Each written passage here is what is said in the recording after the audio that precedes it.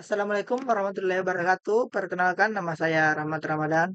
Di sini saya akan mempresentasikan judul saya yaitu Ancaman Cyber Berbasis AI. Disajikan oleh Rahmat Ramadan, NIM 222257, Program Teknik Informatika Universitas di Makassar.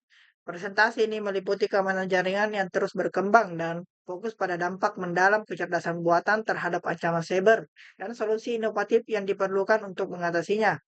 Saya akan mendalami bagaimana AI mengubah dan serangan phishing dan merumuskan strategi pertahanan yang komprehensif, pengantar, dan tujuan. Proyek ini bertujuan untuk mengidentifikasi dan memecahkan masalah keamanan jaringan yang muncul, terutama yang diperbesar oleh AI canggih. Tujuan utama saya adalah untuk memahami bagaimana kecerdasan buatan dengan cepat mengubah sifat ancaman cyber, membuatnya lebih canggih dan sulit untuk deteksi. Kami akan fokus pada pengembangan dan pengajuan solusi yang memanfaatkan teknologi dan kesadaran manusia untuk memitigasi risiko-risiko ini. Pada akhir presentasi ini, Anda akan memperoleh wawasan tentang yang pertama, memahami peran AI dalam ancaman cyber, mengenali bagaimana AI generatif memodifikasi dan meningkatkan serangan phishing. Yang kedua, menganalisis mekanisme serangan, mendekonstruksi fase operasional kampanye phishing yang digerakkan oleh AI. Yang ketiga, menjelajahi strategi pertahanan komprehensif, mempelajari pendekatan multilapisan untuk mengatasi ancaman canggih. Masalah ancaman phishing cerdas dari AI generatif. AI generatif sedang merevolusionakan serangan phishing, membuatnya menjadi lebih canggih dari sebelumnya. Model AI ini memungkinkan personalisasi yang sangat realistis, memungkinkan penyerang untuk membuat pesan yang tidak dapat dibedakan dari komunikasi yang sah. Evolusi ini secara drastis meningkatkan tingkat keberhasilan kampanye berbahaya.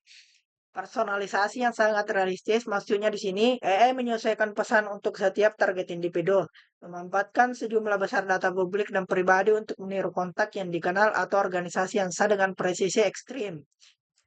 Generasi konten multimodal otomatis. Dari teks hingga audio dan video, deepfake AI menghasilkan konten yang beragam dan meyakinkan, mempersulit korban untuk membedakan keasliannya. Ini termasuk cloning suara dan manipulasi video yang realistis. Nanti saya tunjukkan videonya. Adaptasi dinamis. Sistem berbasis AI dapat menyesuaikan taktik mereka secara real time berdasarkan interaksi target, meningkatkan persistensi dan efektivitas serangan, menghindari langkah-langkah keamanan tradisional. Dampak sosialnya sangat besar, menyebabkan kerugian ekonomi yang masif melalui penipuan keuangan dan pencurian data. Lebih kritis lagi, hal, hal ini mengikis kepercayaan dan komunikasi digital, membuat individu dan organisasi menjadi lebih rentan. Sebagai contoh, CEO deepfake yang menuntut transfer dana segera dapat mengakibatkan kerugian jutaan dolar bagi sebuah perusahaan. Analisis mekanisme phishing berbasis AI itu meliputi tiga cara. Yang pertama itu pengumpulan informasi otomatis (OSINT). Sistem AI secara otonom mengumpulkan sejumlah besar intelijen sumber terbuka (OSINT) tentang target, termasuk profil media sosial, struktur perusahaan, dan catatan publik, untuk menciptakan skenario serangan yang sangat meyakinkan. Pembuatan konten dengan LLM atau LGM, model bahasa besar LLM, dan model generatif besar LGM digunakan untuk membuat teks email dan bahkan menghasilkan konten audio dan video deepfake yang meniru individu untuk entitas nyata meningkatkan kredibilitas serangan. Pengiriman dan adaptasi otomatis. AI mengatur pengiriman supaya phishing secara dinamis menyesuaikan pendekatan berdasarkan respon real-time dan faktor lingkungan untuk memaksimalkan kemungkinan keberhasilan dan menghindari deteksi. Ancaman ini sangat potensial karena dapat melewati pertahanan tradisional, memungkinkan personalisasi yang dapat diskalakan, dan berkembang dengan cepat. Hal ini memanfaatkan faktor manusia sebagai kepercayaan dan kurangnya kesadaran. Menciptakan celah deteksi antara AI dan AI, serta memanfaatkan pemahaman masyarakat umum yang terbatas tentang vektor serangan canggih ini. Solusi yang diusulkan. Yang pertama itu dari segi manusia. Itu meliputi kesadaran dan pelatihan. Yang pertama itu edukasi pengguna berkelanjutan. Pelatihan rutin tentang mengidentifikasi phishing canggih termasuk deepfake dan taktik rekayasa sosial canggih. Simulasi phishing, melakukan simulasi phishing yang realistis untuk menguji kewaspadaan pengguna dan memberikan umpan balik segera. Yang ketiga, protokol verifikasi ganda menerapkan kebijakan yang mengharuskan verifikasi independen dan permintaan sensitif, terutama transaksi keuangan. AI versus AI. Solusi pertahanan teknis. Deteksi anomali berbasis AI memanfaatkan AI untuk mendeteksi pola tidak biasa dalam satu lalu lintas jaringan. Header email dan perilaku pengguna yang mungkin menunjukkan upaya phishing. Yang kedua, analisis konten semantik. Menggunakan AI untuk menganalisis makna dan konten komunikasi, mengidentifikasi petunjuk halus, yang mengidentifikasikan niat jahat. Teknologi deteksi deepfake menerapkan algoritma AI khusus untuk mengidentifikasi konten audio dan visual yang dimanipulasi secara real time. Autentifikasi multifaktor NFA memperkuat keamanan dengan memerlukan beberapa bentuk verifikasi untuk mengakses sistem sensitif. Intelijen ancaman berbasis AI memanfaatkan AI untuk mengumpulkan dan menganalisis data ancaman global, memberikan wawasan proaktif tentang vektor serangan yang muncul. Solusi yang diusulkan yaitu adalah kolaborasi dan kebijakan.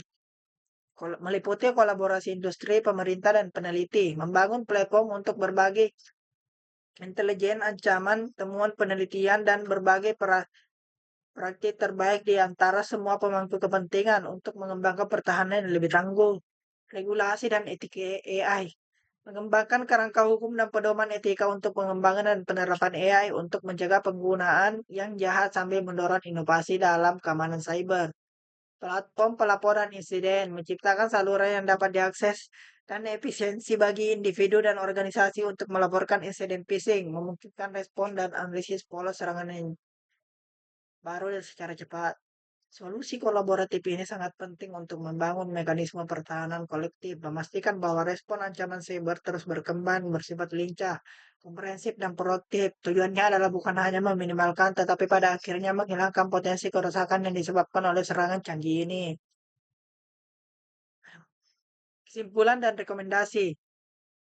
Kemunculan AI generatif secara tak terbantahkan meningkatkan kecanggihan ancaman siber, terutama dalam phishing. Pertahanan tradisional tidak lagi cukup untuk menghadapi serangan yang dapat beradaptasi secara dinamis dan menghasilkan konten yang sangat realistis. Oleh karena itu, adaptasi berkelanjutan dalam strategi keamanan siber bukan hanya sekedar pilihan, tetapi keharusan yang dikritis. Adapun rekomendasi yang jelas itu dari kami adalah investasi dalam edukasi manusia. Berdayakan pengguna dengan pengetahuan dan alat untuk mengenali dan melaporkan upaya phishing yang didukung AI.